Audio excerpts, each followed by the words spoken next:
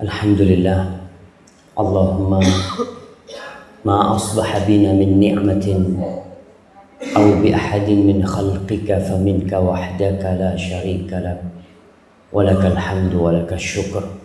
Ya Allah, tidak ada satu nikmat pun yang ada pada diri kami pada pagi hari ini, atau nikmat itu ada pada salah satu dari ciptaan dan hamba-Mu, melainkan itu murni pemberian-Mu, ya Allah. Maka bagimu segala puji, bagimu segala syukur, karena memang Engkau yang pantas untuk dipuji dan disyukuri. Allahumma salli wa sallim wa zid wa barik wa an'im ala habibikal mustafa wa nabiyyikal mujtaba nabiyyina wa sayyidina Muhammad. Ya Allah, semoga salawat-Mu, semoga salam, nikmat dan berkah-Mu senantiasa Kau curahkan untuk hamba kekasih-Mu, untuk baginda Nabi kita Muhammad sallallahu alaihi wasallam, untuk manusia terindah yang pernah Allah ciptakan di muka bumi ini, untuk manusia termulia yang pernah menginjakkan kakinya di muka bumi ini, untuk Nabi kita Muhammad sallallahu alaihi wasallam, dan untuk keluarga beliau, untuk istri-istri beliau, untuk putra-putri beliau, dan untuk seluruh sahabat Nabi, yang terutama untuk Abu Bakar As-Siddiq, untuk Umar bin Khattab, untuk Uthman bin Affan, dan untuk Ali bin Abi Thalib radhiyallahu ta'ala anhum ajma'in.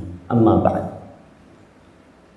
Pada pagi yang indah ini, tepatnya pada tanggal 16 Syawal 1436 Hijriah, kira-kira 1425 tahun setelah wafatnya Rasulullah SAW, kita hadir di masjid ini. Kita duduk di masjid ini untuk menambah keimanan kita, untuk mengkaji tentang agama kita yang memang selayaknya seorang mukmin senantiasa mengkaji agamanya. Cuma saya lihat tanggalan di masjid ini tanggal 1 ya.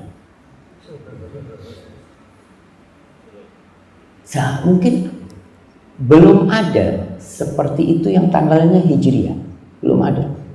Sudah ada insya Allah kan. Nah, jadi mudah-mudahan nanti bisa disetel, disetting supaya umat Islam nih lebih dekat lagi dengan Islam. Tapi supaya hati kita lebih dekat sama antum-antum, kalau bisa merapat, bukan maju ke depan, tapi merapat. Belakang tuh ada yang di luar jamaah sedikit, yang di depannya tuh. Jangan bakhil-bakhil lah antum. Cuma maju 2 cm nggak apa-apa cuma. Terkadang sebagian kita itu untuk bergerak males. Dia mengatakan suruh siapa mereka terlambat. Bukan suruh siapa terlambat. Masalahnya memang nggak ada tempatnya.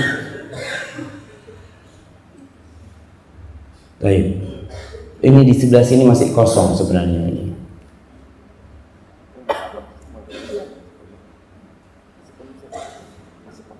Di luar. Untuk dinding dikhususkan buat yang tua-tua lah. Yang muda-muda ini maju lah.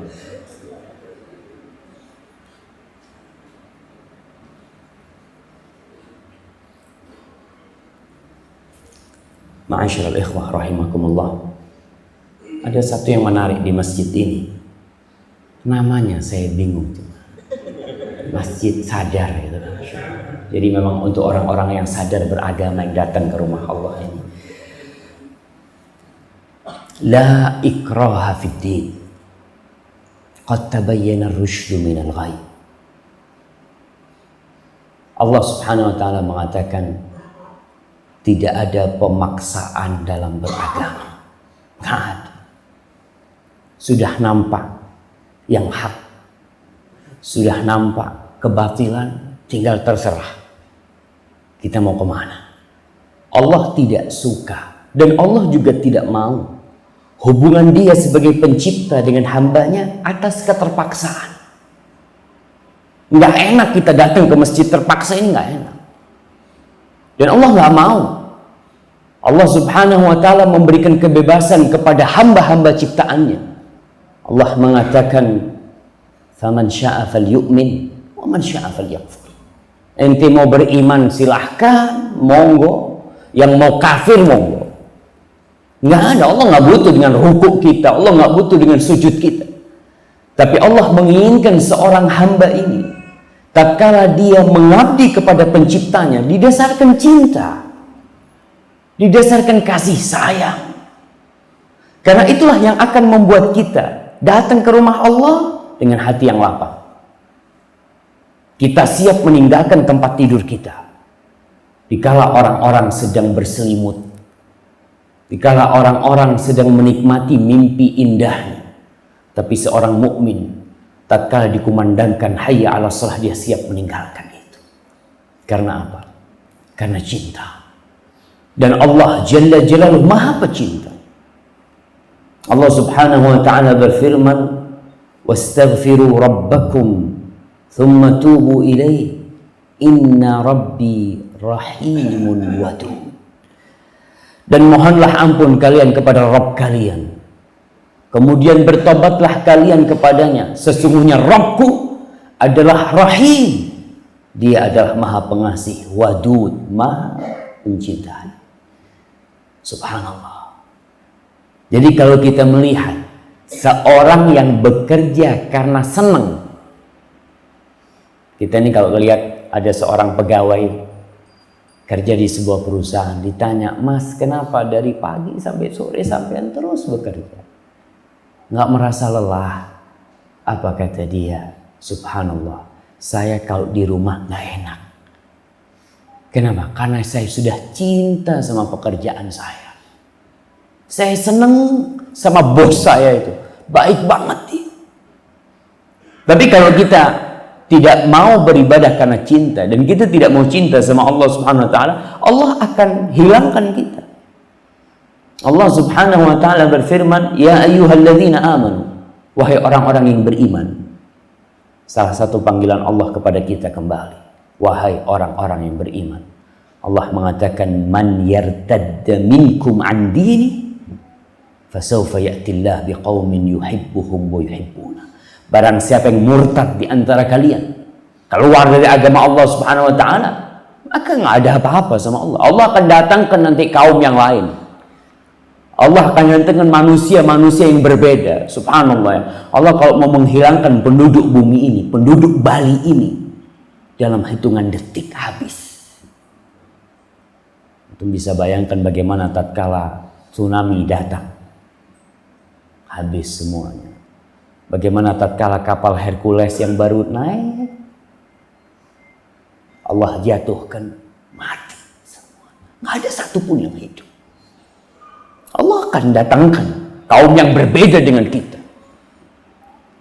Apa sifat mereka?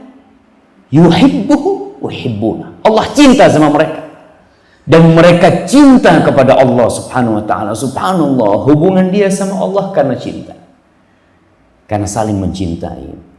Adzillatin 'alal mu'minin, mereka adalah orang-orang yang tawadhu terhadap orang-orang beriman, ya. Mereka saling mengasihi, saling menghormati. A'izzatin 'alal kafirin, mereka orang-orang yang aziz, yang mulia terhadap orang-orang kafir. Yujahiduna fi sabilillah. Allah akan datangkan orang-orang yang berjihad di jalan Allah, orang-orang yang menegakkan agama Allah Subhanahu wa ta'ala dengan cara yang benar. Karena hati-hati, kalimat jihad banyak diselewengkan maknanya, sehingga membunuh orang kafir, menembak orang kafir, saya berjihad. Subhanallah.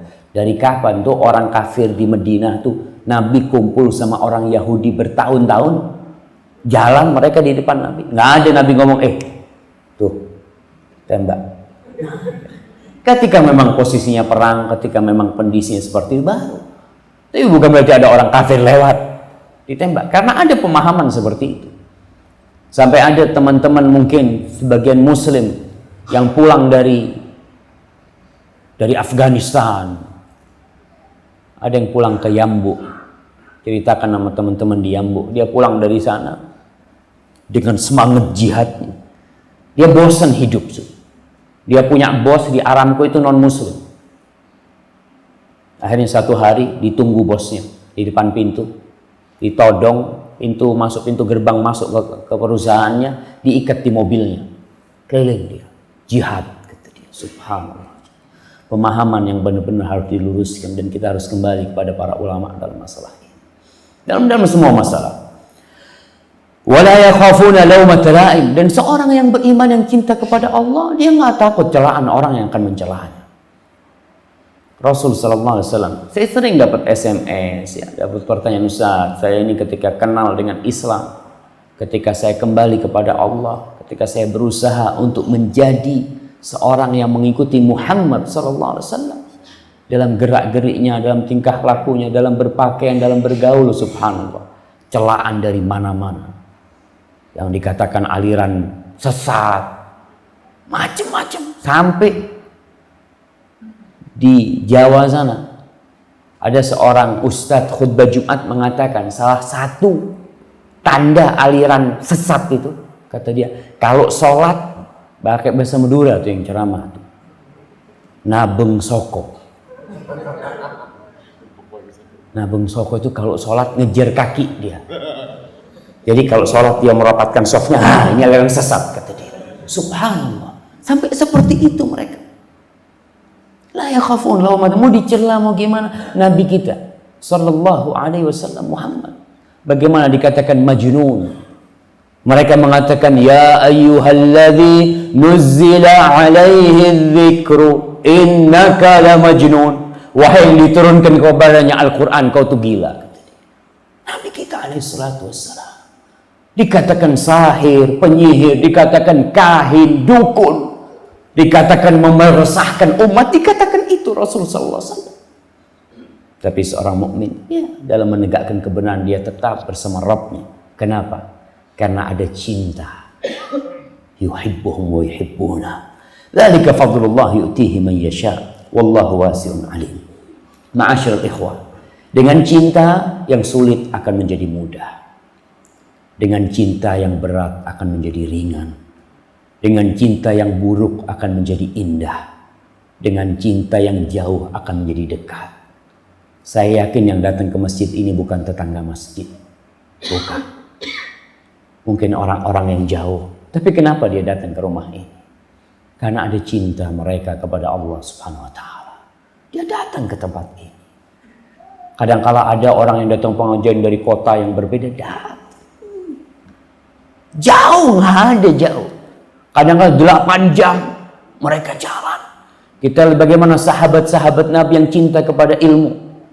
Jabir bin Abdullah Al-Ansari datang dari kota Medina. Berangkat kemana? Ke Syam. Ada sebagian sahabat berangkat ke Mesir perjalanan 1 bulan. Cuma untuk 1 hadis. Mereka lakukan perjalanan itu. Karena apa? Karena cinta. Tapi kalau sudah tidak ada cinta,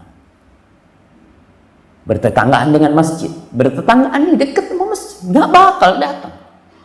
Karena memang nggak ada kecintaan di hatinya. Ma'asyiral muslimin, kalau antum melihat orang yang naik ke puncak di Bali ini, gunung tertinggi apa namanya? Gunung Agung. Coba tanya sama dia, sampai ke puncak Agung, Mas sampean dapat apa? Dapat apa dia?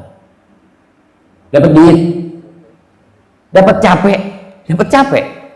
Tapi kenapa dia mau naik ke sana, naik sampai di atas? Kok kenapa? Aku senang. Betul. Dia senang. Dia dapat senang itu. Walaupun capek, mungkin orang ngomong, ente ahsan, jelas di rumah, minum kopi. Aduh, ada apa naik-naik ke atas sana? Orang akan mengatakan ente, subhanallah, mungkin harus diperiksakan nanti. Kenapa? Karena dia punya cinta menyebabkan dia siap naik ke sana. Betul. Dan kita lihat tadi dikatakan orang yang bekerja, yang siap. Kadang-kala jadi kuli bangunan dia. Dia bekerja jadi kuli bangunan dengan lelah. Subhanallah. Kenapa Pak sampean sampai umur tua tetap saya punya anak. Saya cinta sama anak-anak saya. Saya ingin anak-anak saya tumbuh menjadi orang-orang yang sukses. Kecintaan dia kepada anaknya membuat dia berkorban. Apakah kita sudah cinta kepada Allah Subhanahu wa taala atau belum?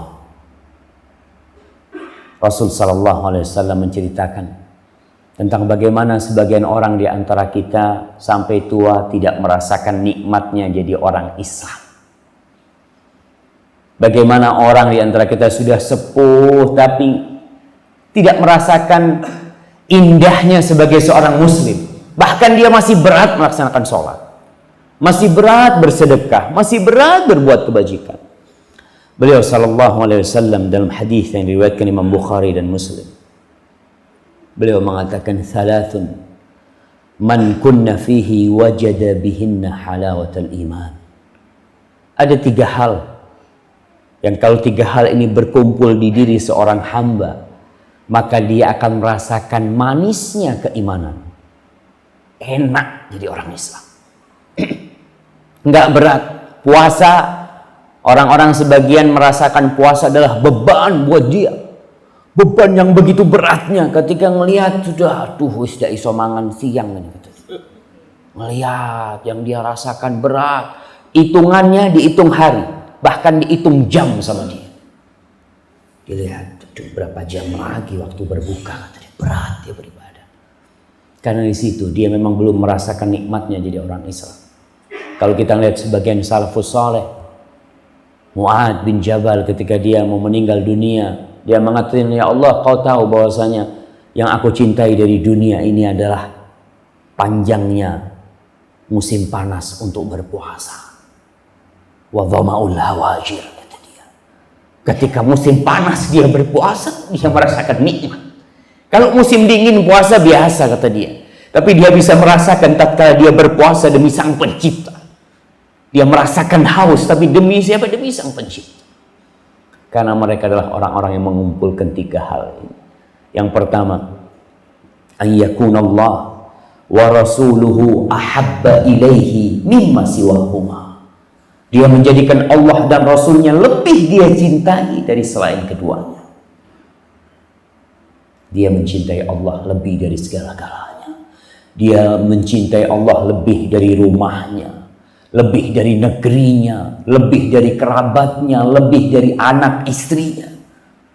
Ketika dihadapkan dia antara Allah Subhanahu wa ta'ala dan selain Allah, dia memilih Allah Subhanahu, bahkan dari jiwanya.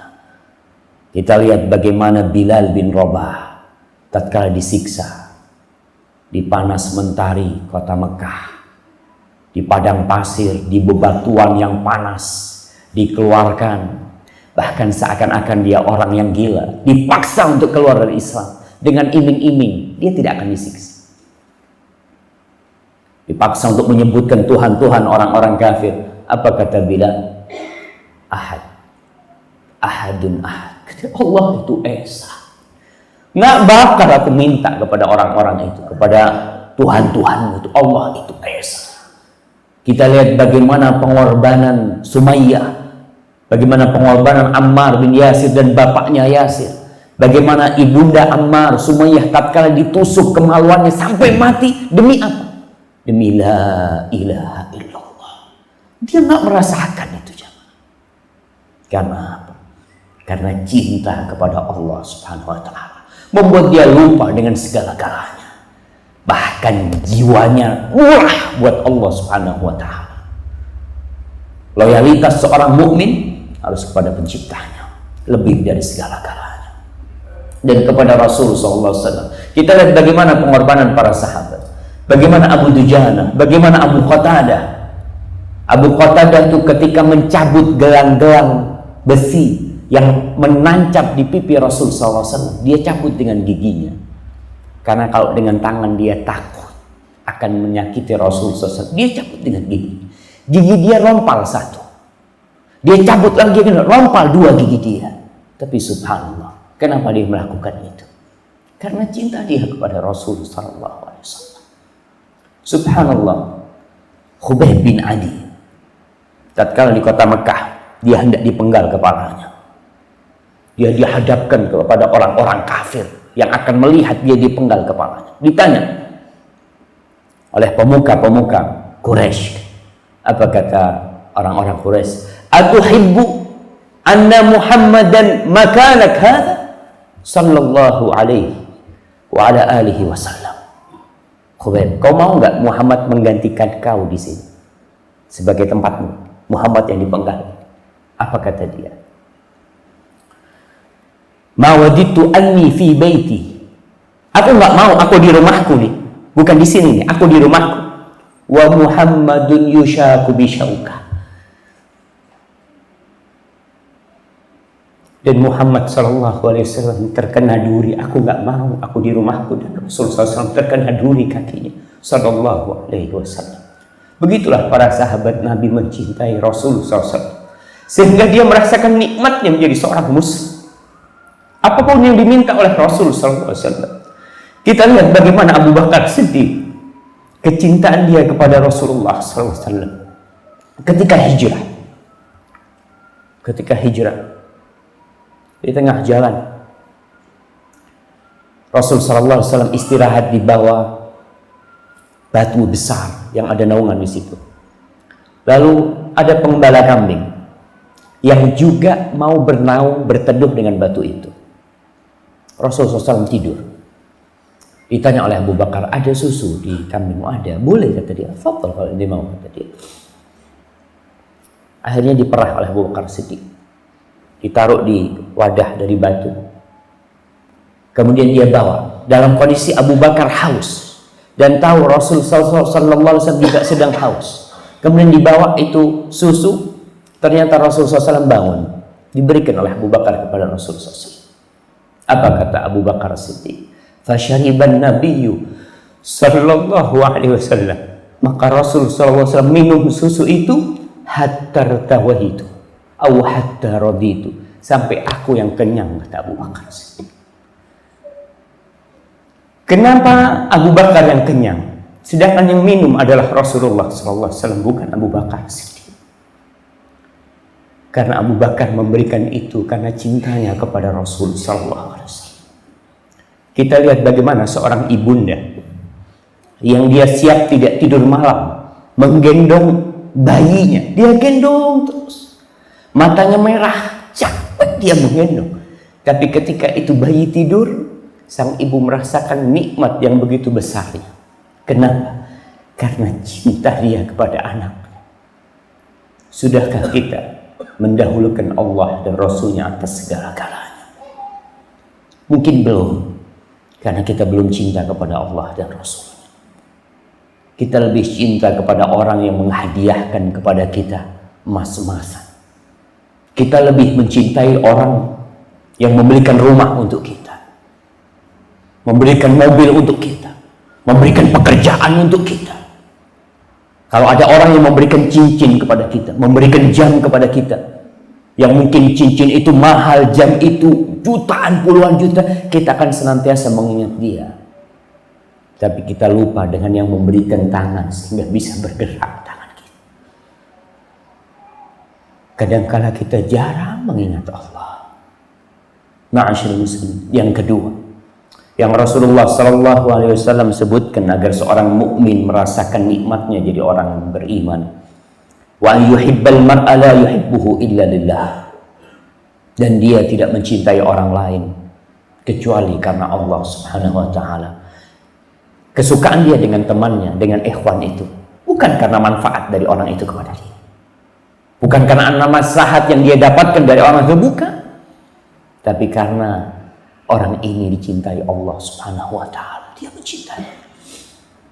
Dan yang ketiga, wa ayyakraha ayyauda ila al-kufri ba'da an anqadahu Allah min kama yakrah ayyulqa fin-nar. Dan dia harus benci untuk menjadi orang kafir lagi setelah Allah selamatkan dia. Mungkin dia dulu hidup di masa jahiliyah, kemudian Allah memberikan hidayah kepada dia. Setelah Allah selamatkan, dia benci untuk kembali jadi orang kafir, sebagaimana kebencian dia untuk dilemparkan ke dalam api neraka. Na'udzubillahi minan nar. Ma'asyiral muslimin rahimakumullah. 3 hal yang kalau kita berusaha untuk mendapatkannya, kita lihat nih, 3 hal ini berkaitan dengan hati semua. Cinta kepada Allah dan Rasulnya, mencintai orang lain karena Allah, dan benci untuk kembali menjadi orang kafir, dan tempatnya itu semua di hati kita. Ma'asyiral muslimin rahimakumullah. Allah Subhanahu wa ta'ala berfirman, mempertanyakan kepada kita kebenaran cinta kita.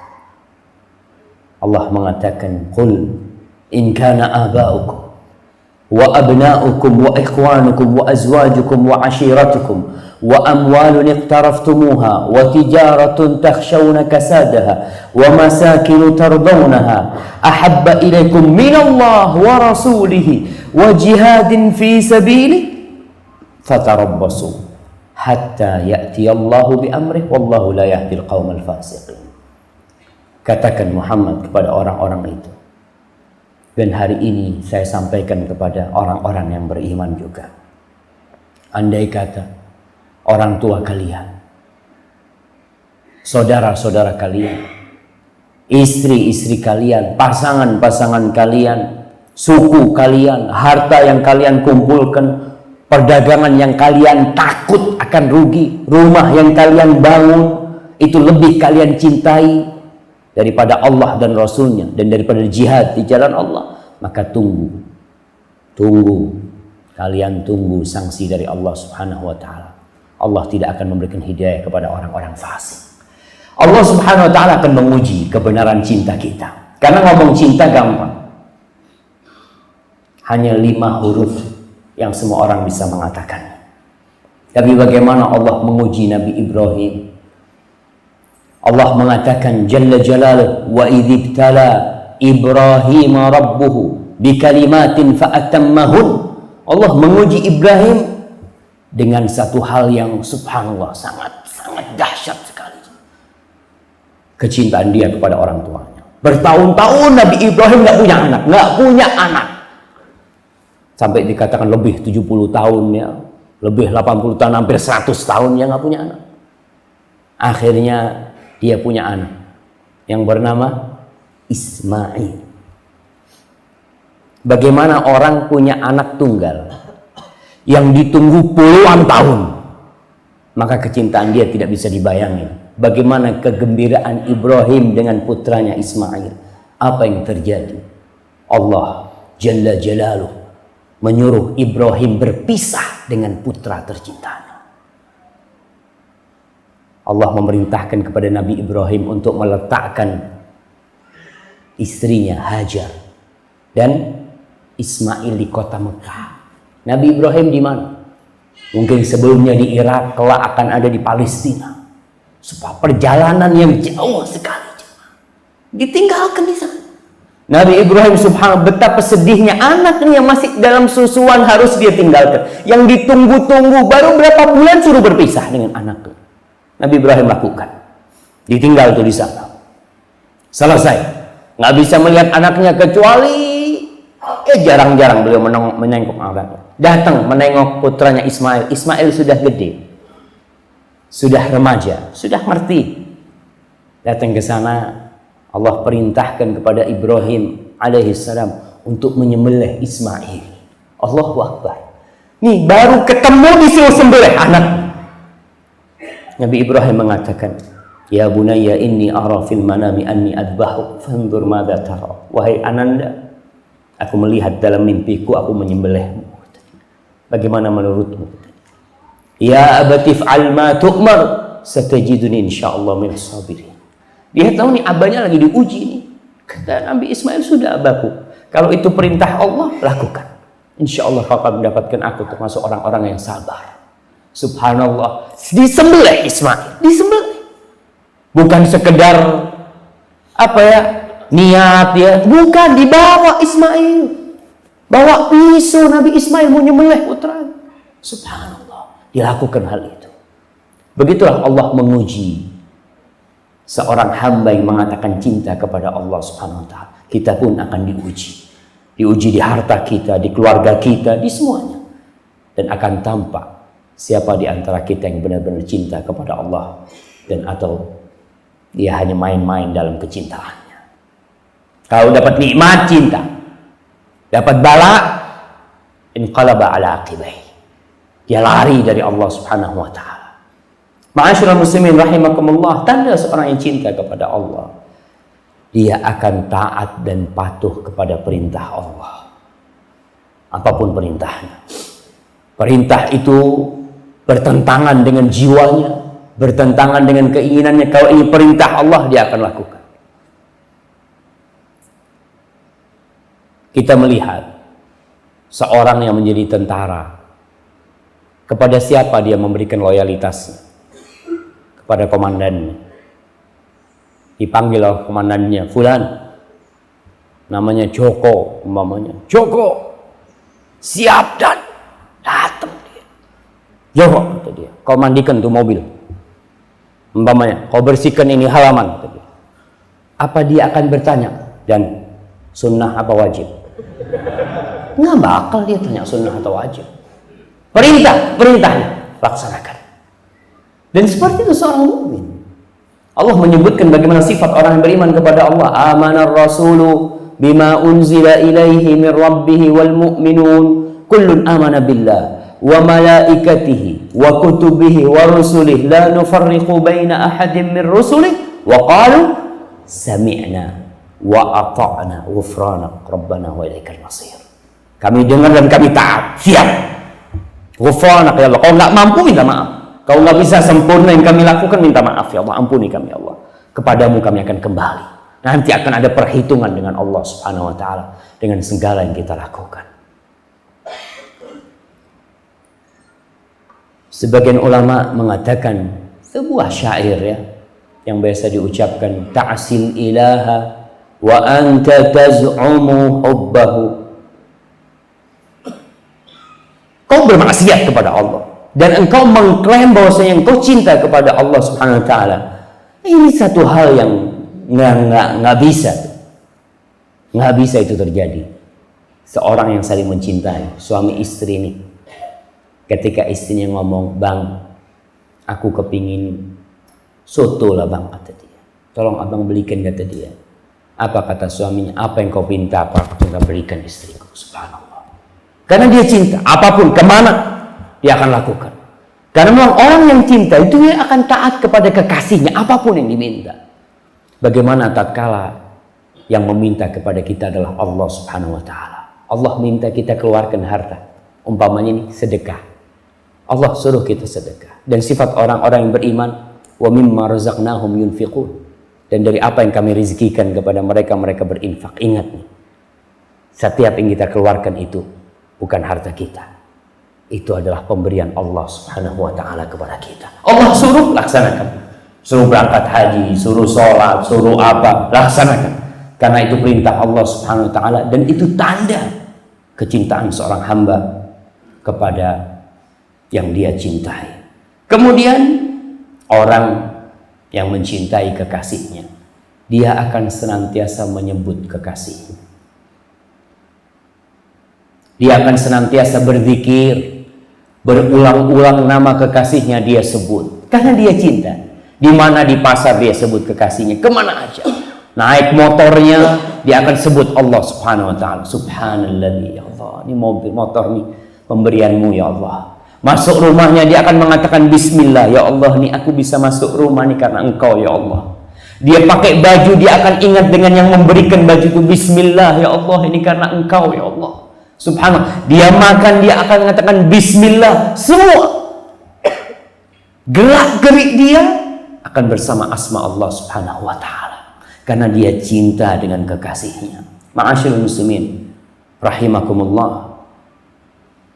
Tatkala seorang sahabat datang kepada Nabi minta nasihat, apa kata Rasul sallallahu alaihi wasallam? La yazalu lisanuka rabban bi dzikrillah. Lidahmu jaga untuk selalu basah dengan zikrullah. Subhanallah jamaah. Orang kalau kesandung ketika dia biasa menyebut kekasihnya, yang dia akan ucapkan adalah astagfirullah, bismillah, subhanallah. Karena apa? Karena dia memang cinta dengan kekasihnya. Itulah yang akan jadi sebutan dia. Kemudian orang yang mencintai kekasihnya akan cinta kepada kalam kekasihnya. Allah Subhanahu wa taala menurunkan Al-Qur'anul Karim. Allah menurunkan firman-Nya. Kata Ibnu Mas'ud radhiyallahu taala anhu, "Man ahabba an ya'lam annahu yuhibbullaha wa rasulahu falyanzur, wa in kana yuhibbul Qur'an fa innahu yuhibbullaha wa rasulahu." Kalau kau ingin tahu kau tuh cinta enggak sama Allah dan Rasulnya, lihat kecintaanmu kepada Al-Qur'anul Karim. Bagaimana hubunganmu dengan kalamullah? Kalau hubunganmu baik, kau cinta dengan Al-Quran, maka kau cinta kepada Allah dan Rasulnya. Naam jamaah. Kalau kita cinta dengan kalamullah, itu salah satu bukti kecintaan kita kepada Allah Subhanahu wa taala. Allah memulai kitabnya dengan cinta dan kasih sayang.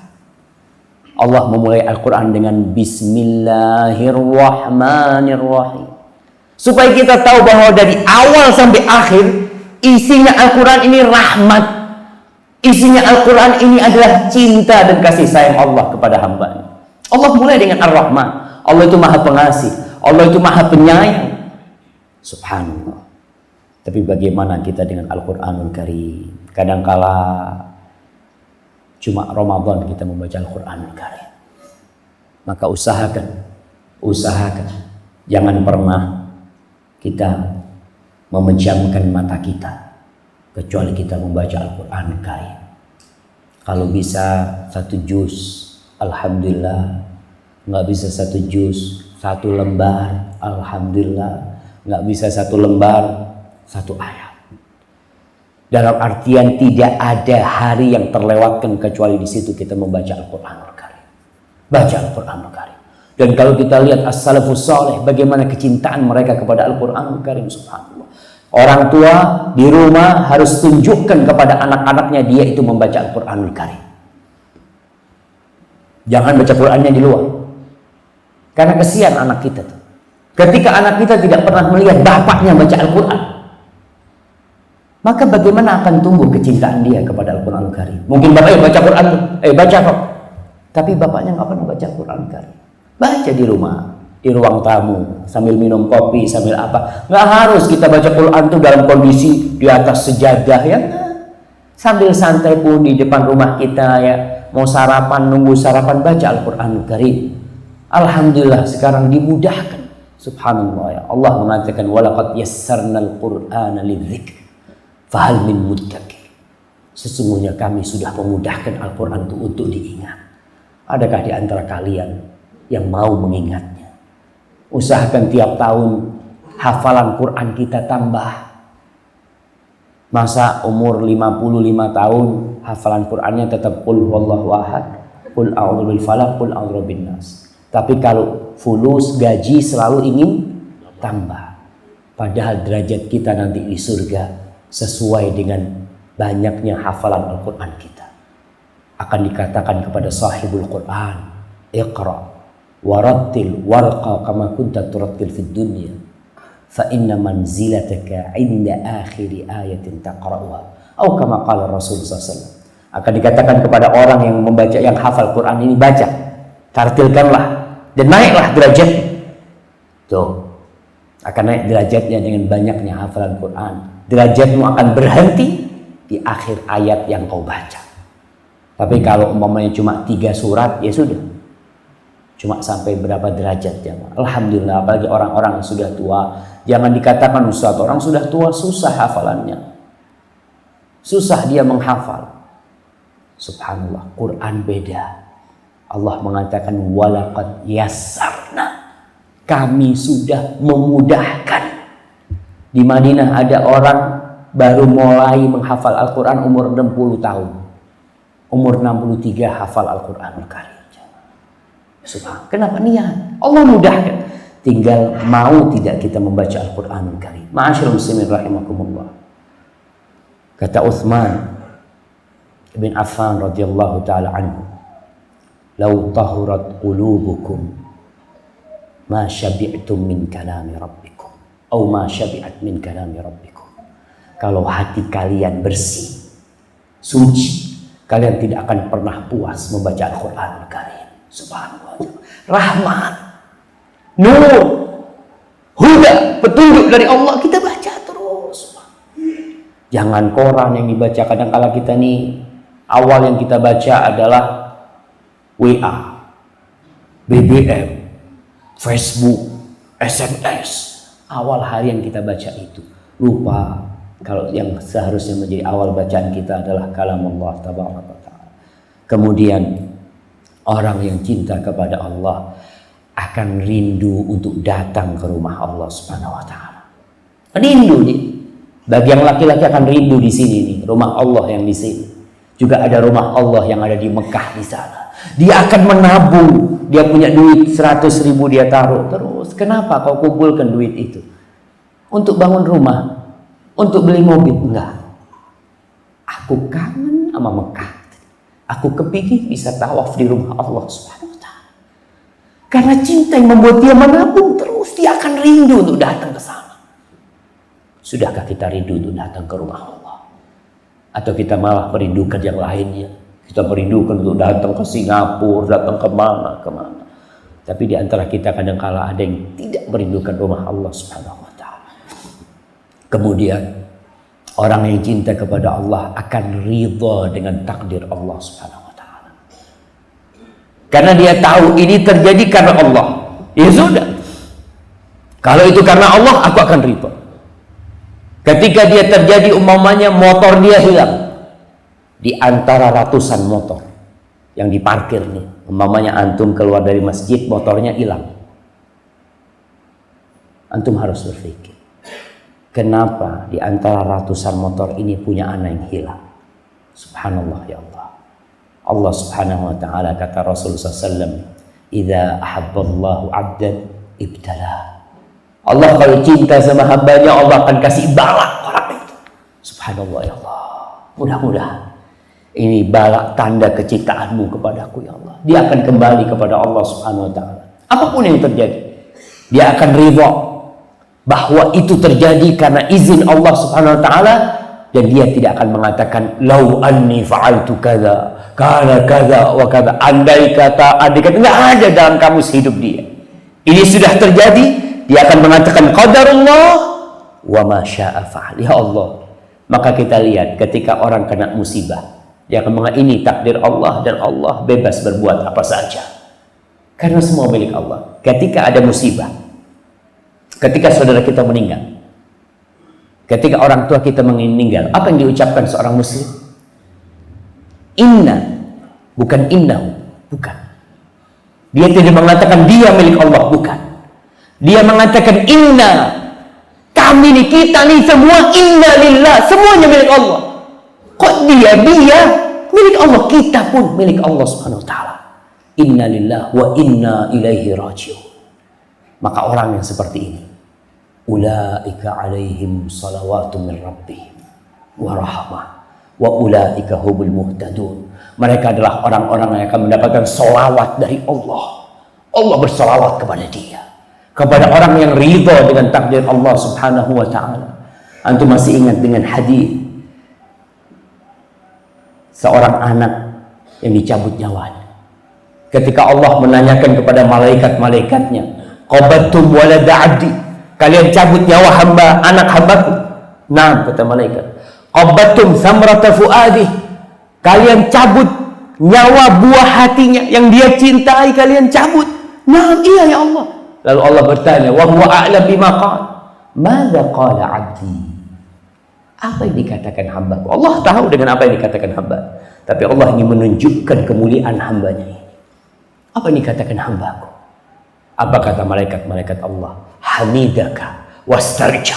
Ya Allah, dicabut nyawa ke anaknya, dia memujimu ya Allah. Dia memujimu dan beristirja mengatakan inna lillahi wa inna ilaihi raji'un. Maka Allah mengatakan kepada malaikatnya, ubnu li abdi baitan fil jannah wa sammuhu baital hamd. Bangunkan buat hambaku rumah di surga dan kasih nama rumahnya itu rumah pujian. Diuji sama Allah, dia memuji Allah Subhanahu wa ta'ala. Karena apa? Ya Allah, ini takdirmu ya Allah. Kau menentukan hal ini. Kalau aku kumpulkan semua dokter untuk ngobatin anakku, nggak bakal bisa sembuh. Kadang-kadang ada orang yang trauma, yang anaknya sebelum meninggal dibawa ke dokter. Kata dokter, insya Allah nggak masalah, silahkan dibawa pulang, nggak perlu ngamar. Sampai rumah anaknya meninggal dunia. Dia menyesal. Dia mengatakan, andai kata aku bawa ke dokter yang lain, andai kata aku opnam masjid, nggak bakalan bisa kembali. Kalau sudah Allah tentukan, datang tuh ajal. Maka ma'asyiral muslimin, tanda kecintaan seorang hamba, apapun yang terjadi, dia akan ridha dengan takdir Allah Subhanahu wa ta'ala. Dia akan berusaha, dia akan menata hatinya, dan dia yakin bahwa yang terjadi ini sudah dituliskan 50.000 tahun sebelum diciptakannya langit dan bumi. Apa yang membuat dia bersedih hati pada hal itu? Dia serahkan semuanya kepada Allah Subhanahu wa ta'ala. Ma'asyiral muslimin rahimakumullah, orang yang mencintai Allah Subhanahu wa ta'ala, dia akan berkumpul dengan orang-orang yang dicintai Allah Subhanahu wa ta'ala. Nih, kita kalau cinta sama Allah, kita akan cari sohib, kita akan cari teman, dan kita akan mencintai orang-orang yang dicintai Allah Subhanahu wa ta'ala.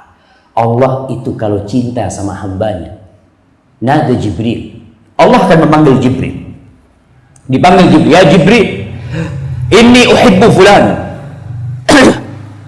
Wahai Jibril, aku cinta kepada fulan. Fa'ahibbah, maka kau cintai dia. Kau cintai dia. Fa'ahabbahu Jibril, maka Jibril pun mencintai orang itu. Thumma nada Jibril fi ahli sama.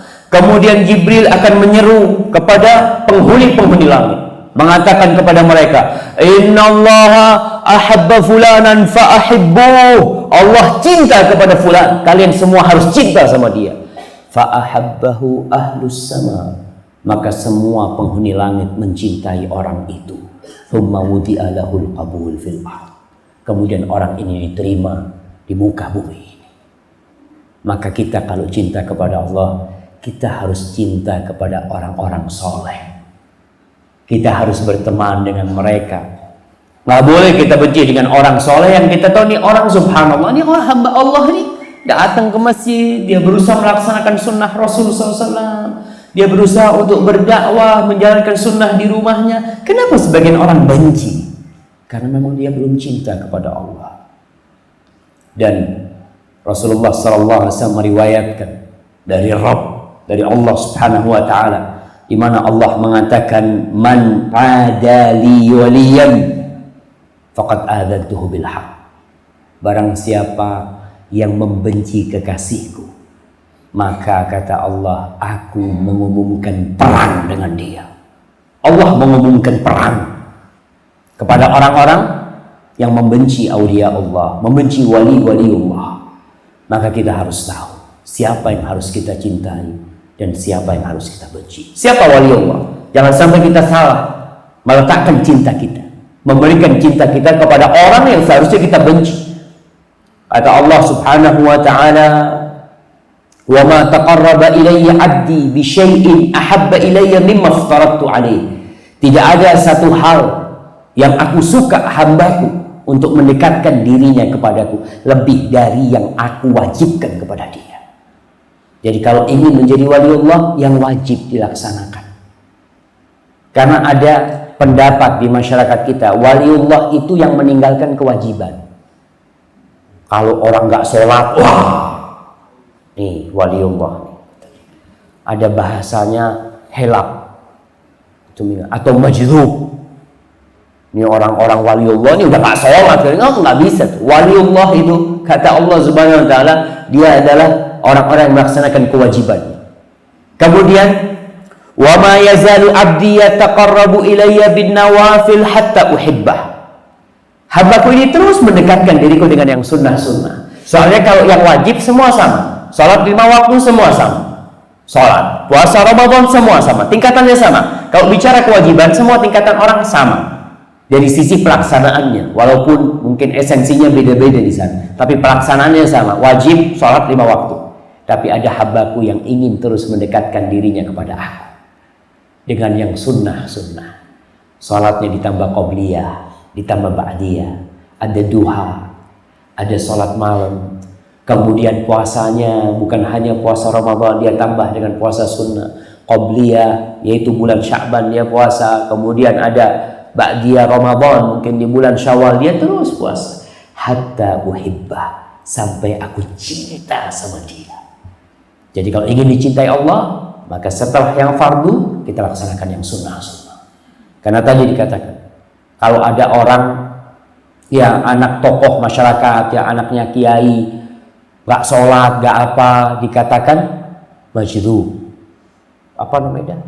Apa majdzub itu? Ya sedang ketarik gitulah dia. Tapi dia waliullah. Sampai dikatakan orang itu, dulu di Jember ada seorang kalau ngencingin mobil jamaah, mobilnya bisa jalan. Jadi mobil itu nggak pakai bensin, kencingin jalan. Oh ini waliullah ini. Bukan. Kata Imam Syafi'i rahimahullahu ta'ala, kalau ada orang yang bisa terbang atau bisa jalan di air tuh, dia bisa jalan di air, kata dia, aku nggak akan percaya dia itu waliullah atau bukan sampai aku lihat amalan sesuai nggak dengan Al-Quran dan Sunnah. Kalau sesuai, yang wajib-wajib dia laksanakan, yang sunnah dia laksanakan, insya Allah ini waliullah. Kemudian kalau kita berbicara tentang waliullah, hati-hati, ada orang-orang yang sunnahnya masya Allah. Kita ini kadang-kala berbuat baik sama orang masya Allah, tapi tidak berbuat baik kepada orang tua kita. Kita tidak berbuat baik kepada istri kita yang menjadi tanggungan kita. Kita bagi-bagi duit ini sama orang. Ada orang yang baik sama orang lain, tapi sama keluarganya pelit, bakhil. Dia melaksanakan yang sunnah, meninggalkan yang wajib. Kata Rasul SAW, ibda biman ta'un. Mulai kau kalau mau ngasih itu, mulailah ya kepada yang menjadi tanggung jawabmu, bukan kepada orang lain. Soalnya memang kalau kita berbuat baik kepada keluarga kita di rumah itu, nggak ada orang tahu ya mak. Siapa yang tahu? Kita sama istri aja. Kalau kita berbuat baik sama anak kita, kita sama anak kita. Kalau kita berbuat baik kepada orang tua kita, yang tahu kita sama orang tua kita. Tapi coba kita berbuat baik sama sohib di banyak orang, semua orang tahu, memang berat. Maka kita sebagai seorang muslim harus tahu tuh yang namanya fikih prioritas, fikul aulawiyat. Mana yang lebih harus didahulukan dalam urusan menjadi hamba Allah dan kekasihnya, yang wajib tuh. Jangan sholat tahajud sampai jam 3, sholat subuh jam 7. Nah, kadang-kala ya gimana Ustaz, kan ma'dzur, saya tidur gitu. Oh iya memang ma'dzur, tapi jangan sampai meninggalkan yang wajib gara-gara yang sunnah. Hati-hati. Kemudian orang yang cinta kepada Allah, dia akan rindu untuk melihat kekasihnya. Dia akan rindu untuk melihat Allah Subhanahu wa ta'ala. Pernahkah kita merindukan untuk melihat wajah Allah Subhanahu wa ta'ala? Subhanallah jemaah. Allah Subhanahu wa ta'ala berfirman, Allah nih yang bertahun-tahun kita sembah, yang bertahun-tahun kita ruku, kita sujud kepadanya, yang asmanya senantiasa kita sebut, dia ghaib. Kita nggak melihat Allah Subhanahu wa ta'ala, tapi kita lihat tanda-tanda kebesaran Allah, tanda-tanda ketauhidan untuk Allah Subhanahu wa ta'ala kita lihat, tapi kita nggak pernah melihat yang kita ciptakan. Itulah orang-orang yang beriman, yu'minuna bil ghaib. Mereka beriman dengan yang gaib. Tapi orang ini ketika dia membaca Al-Quran Karim, disebutkan sifat-sifat Allah, disebutkan tentang keindahan Allah, dia akan rindu, ya Allah, kapan aku bisa melihat Allah SWT? Apakah kita merindukan untuk berjumpa dengan Allah Subhanahu wa ta'ala?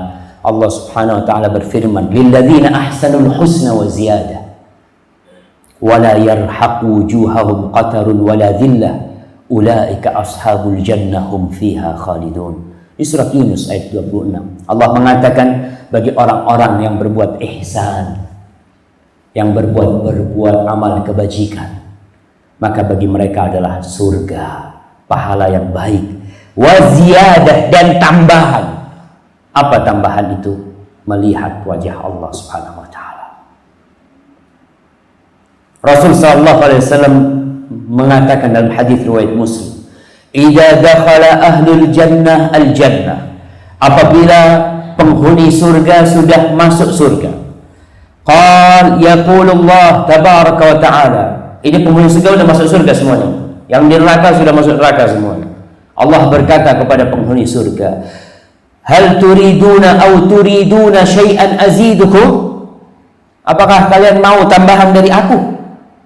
Apa kata penghuni surga? Fayaqulun alam tubayyid wujuhana, alam tudkhilna al-jannah. Ya Allah, bukankah engkau sudah mencerahkan wajah kami, memutihkan wajah kami, dan engkau sudah memasukkan kami ke surga. Wa tunjina minan nar, kau selamatkan kami dari api neraka. Qal, maka Rasul sallallahu alaihi wasallam berkata, fayakshiful hijab, maka dibuka tabir itu jemaah. Allah berbicara dari balik tabir, maka dibuka tabir itu. Fama u'tu syai'an ahabba ilaihim minan nadhari ila rabbihim azza wa jalla. Mereka tidak pernah dikasih nikmat yang lebih indah, yang lebih lezat daripada memandang kepada wajah Allah Subhanahu wa taala. Allahumma rzuqna liqa'ak ya rabbal alamin. Ma'asyiral muslimin rahimakumullah. Kalau kita melihat bagaimana para sahabat Nabi mencintai Allah dan Rasulnya, mereka berkorban segala-galanya demi Allah dan Rasul. Bagaimana para sahabat meninggalkan kota Mekah, dia hijrah menuju ke kota Madinah, bukan karena mereka keenakan di kota Madinah, miskin sampai kota Madinah, miskin. Kita lihat bagaimana sahabat-sahabat Rasul SAW, ashabus suffah, nggak bisa makan ya. Mereka mengatakan, kita ini makan kalau ada yang ngasih. Ashabus suffah tuh, mereka tinggalnya di masjid, kalau ada yang ngasih kurma kita makan. Nggak ada, subhanallah. Kita tuh seneng kalau hari Jumat, kata mereka. Ada seorang wanita tua yang dia itu ya ambil akar beberapa tanaman, dia masak, kuahnya tuh banyak. Seneng tuh sahabat makan di sana. Mereka berkorban segala, dan hartanya mereka tinggalkan, bahkan jiwanya mereka korbankan untuk berjumpa dengan Allah Subhanahu wa taala. Semoga kita benar-benar menjadi seorang mukmin yang berusaha untuk lebih mencintai Allah Jalla Jalaluh. Mungkin itu yang bisa saya sampaikan pada kesempatan kali ini. Apabila itu benar, itu dari Allah Subhanahu wa taala. Kalau ada yang salah dan kurang berkenan, saya mohon maaf yang sebesar-besarnya. Wallahu a'lam bishawab. Kalau mungkin ada pertanyaan, saya persilahkan. Ya bagaimana? Ada yang bertanya?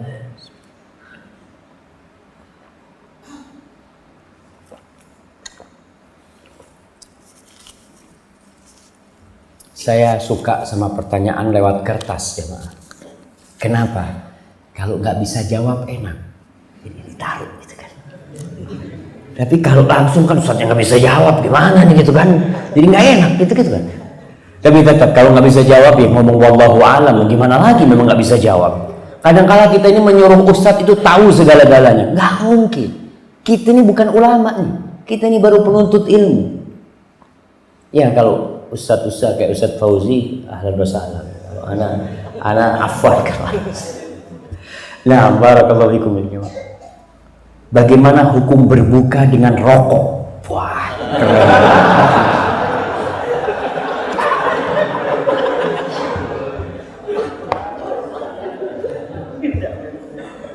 Subhanallah ya. Disinilah dituntut seorang hamba yang beriman itu untuk berusaha mengenal agamanya.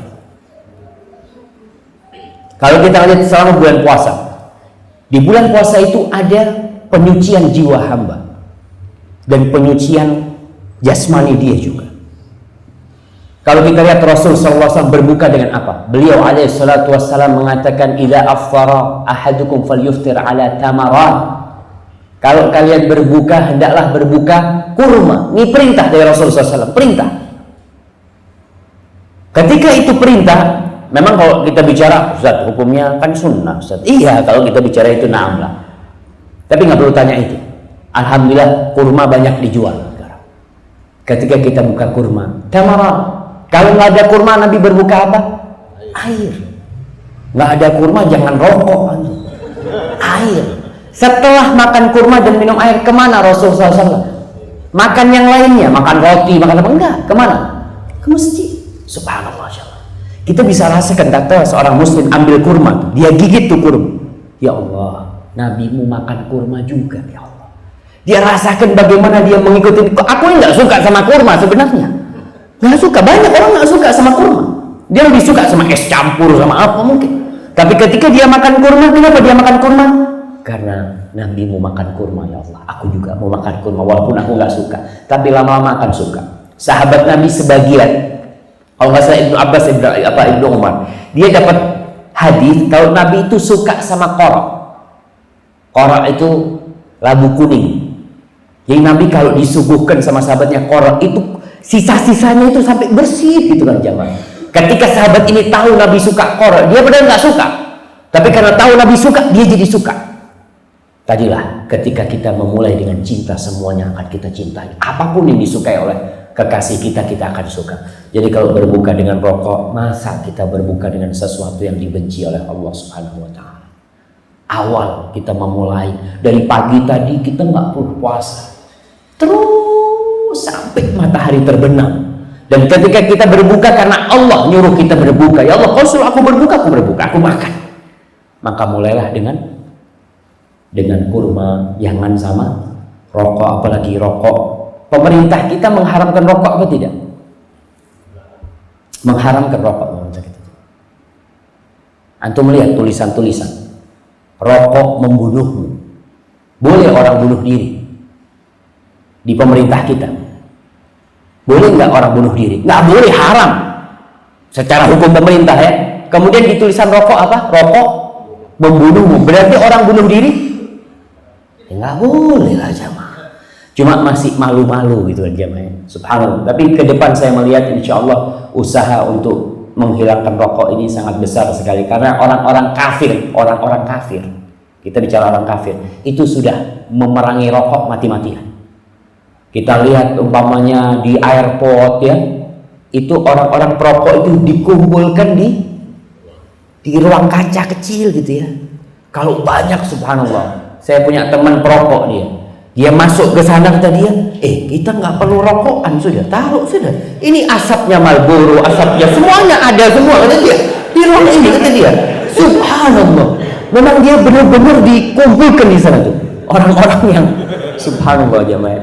Tapi memang di barat kan benar-benar diperangi. Larangan-larangan merokok itu kan di mana nggak boleh merokok, di situ nggak boleh merokok ya.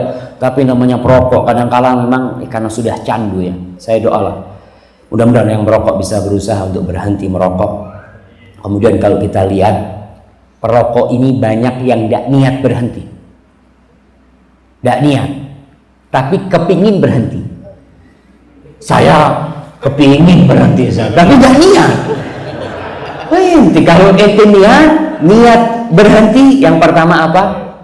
Berdoa, ya Allah bantu aku untuk berhenti merokok ya Allah.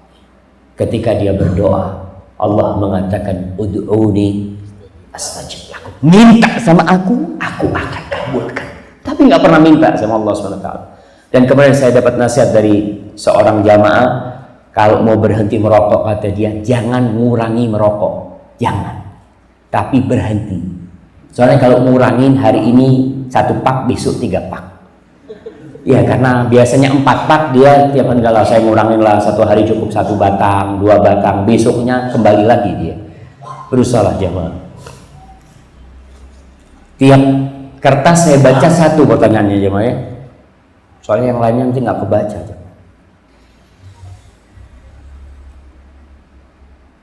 Nah, bagaimana tata cara sholat tahajud dan duha yang sesuai sunnah? Apakah ada zikir di antara pemisah rakaat setelah salam? Dan mohon penjelasan sholat Jumat. Adakah ba'diyah, qobliyah, dan rakaatnya? Subhanallah. Berkaitan dengan sholat tahajud, bebas-bebas aja orang mau berzikir ya. Karena kita lihat tahajud ini kan waktunya memang waktu berdoa. Allah Subhanahu wa Ta'ala mengatakan ketika turun sepertiga malam ke langit dunia, sepertiga malam akhir ke langit dunia, Allah mengatakan hal min sa'ilin fa'utiyah, hal min mustaghfirin fa'aghfiralah. Apakah ada orang yang mau minta, aku akan kasih. Apakah ada orang yang mau meminta ampunan, aku akan ampuni. Fadhol, kita mau berdoa, tapi dan inti sholat tahajud sendiri adalah doa juga. Ketika rukuk, ketika sujud kita. Dan Allah Subhanahu wa Ta'ala menyebutkan tentang orang-orang yang menghuni surga kelaknya. Allah mengatakan tentang mereka, wabil ashari hum yastaghfirun. Dan di waktu sahur mereka beristighfar. Wallahu a'lam bishawab. Itu yang Anda tahu. Ketika sholat duha kita memang capek mau berzikir, mau disambung ya disambung. Kalau kita melihat memang sholat tahajud Rasul sallallahu alaihi wasallam itu, Aisyah menceritakan beliau sholat 4 rakaat. Jangan ditanya tentang indah dan panjangnya. Kemudian sholat lagi 4 rakaat. Jangan ditanya tentang indah dan panjangnya. Kemudian beliau sholat 3 rakaat. Di sini para ulama menjelaskan sebenarnya sholat Nabi itu 2-2, tapi di keempat beliau istirahat. Jadi yang 2-2 itu habis 2 salam kemudian nyambung lagi, baru yang seakan-akan nyambung sholatnya, yang di keempat beliau baru di situ berhenti beristirahat. Ya ketika beristirahat, wallahu a'lam, Anda nggak pernah tahu ada doa-doa khusus memang di antaranya. Tapi seorang muslim ketika memang ada yang hendak dia minta pada Allah SWT, dia minta pada waktu itu. Barakallahu fikum. Kemudian untuk ba'diyah dan qabliyah Jumat berkaitan dengan sebelum Jumat, ada sholat sunnah sebelum Jumat. Sholat sunnah sebelum Jumat itu disebut sholat, mungkin sebagian ulama menamakannya intidharu, sholatul intidhar, sholat menanti imamnya datang. Jadi kita sholat ya, imam sambil nunggu imam ya, terus 2 rakaat, 2 rakaat, 2 rakaat, 2 rakaat sampai imamnya naik mimbar. Tapi itu tidak dimasukkan kepada, ya kalau dibilang qobliyah, qobliyah itu artinya kan sebelum Jumat. Jadi memang pelaksanaan sebelum Jumat, tapi tidak seperti qobliyah duhur. Karena kalau kita lihat sholat qobliyah itu dilaksanakan kapan? Setelah azan apa sebelum azan? Setelah azan. Setelah azan imamnya sudah naik. Gimana kok mau sholat qobliyah? Karena kalau azan yang pertama itu tidak menunjukkan masuk waktu sholat. Enggak. Waktu sholatnya kapan? Azan yang kedua. Sebagai masjid-masjid ini azan berapa kali? Sekali ya. Ada masjid yang azannya 2 kali. Azan yang pertama itu tidak menunjukkan masuk waktu sholat. Karena dulu azannya itu 1 jam sebelum, kira-kira sejam sebelum azan yang kedua, azan yang Utsman bin Affan itu disebutkan. Jadi waktunya cukup lama azan itu dikumandangkan. Jadi kalau qobliyah itu setelah azan yang kedua, nggak ada qobliyah itu karena imamnya sudah naik dan kewajiban makmum adalah mendengarkan ceramah. Adapun ba'diyah Jumat, ada ba'diyah Jumat kalau di masjid biasanya dilaksanakan 4 rakaat, kalau di rumah 2 rakaat. Wallahu a'lam bishawab.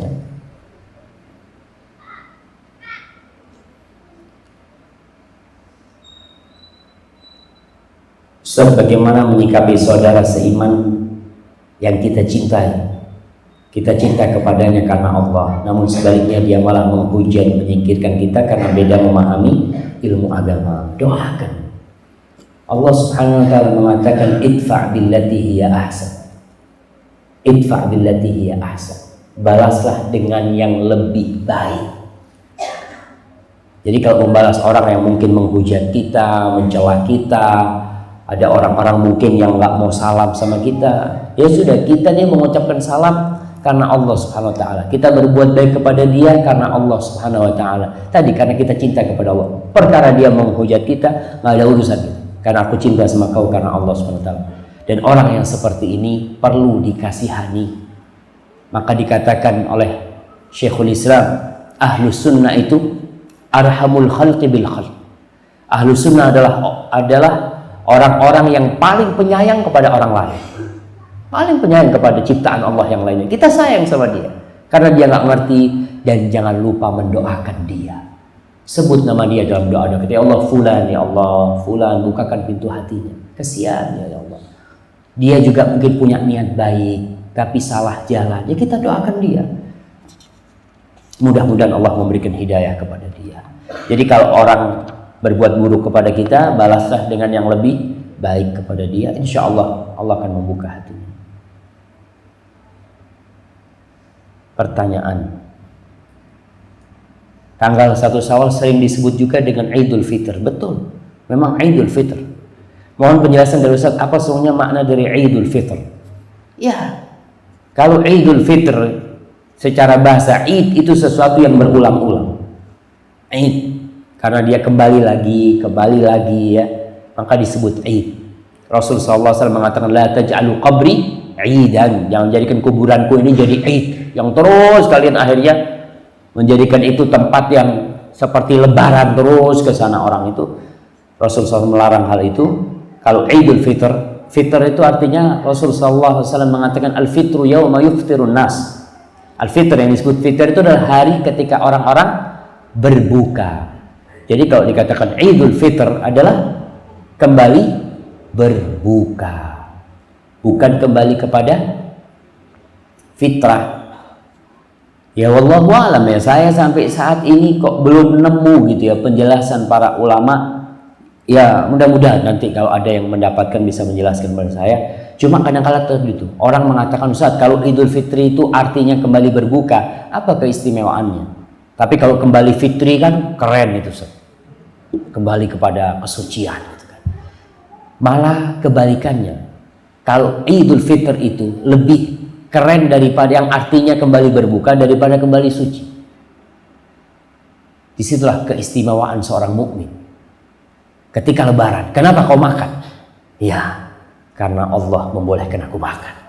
Nih, aku kembali makan, aku kembali sarapan, aku kembali makan siang. Kenapa? Karena Allah Subhanahu wa taala. Di situ ada penghambaan yang begitu nyata dari hamba kepada Allah Subhanahu wa taala. Wallahu a'lam, itu yang ana tahu. Kemudian kadang-kala orang kan minal aidin wal faizin, mohon maaf lahir batin. Mereka memahami bahwasanya minal aidin wal faizin artinya mohon maaf lahir dan batin. Makanya kita lihat kadang-kala orang nggak ngomong mohon maaf, salaman minal aidin ya, maksudnya ini mohon maaf karena gitu ya, kosong-kosong gitu kan. Padahal minal aidin itu doa yang artinya semoga Allah menjadikan engkau orang-orang yang kembali kepada Allah, aid, kembali kepada Allah, wal faizin, dan orang-orang yang sukses, orang-orang yang berhasil yang diterima amalannya. Taqabbalallahu minna wa minkum. Jadi bukan mohon maaf lahir dan batin, itu termasuk kesalahan mungkin yang sudah menjadi lumrah di tempat kita. Jadi kalau mohon maaf jangan nunggu lebaran. Kenapa kita perlu menjelaskan hal itu?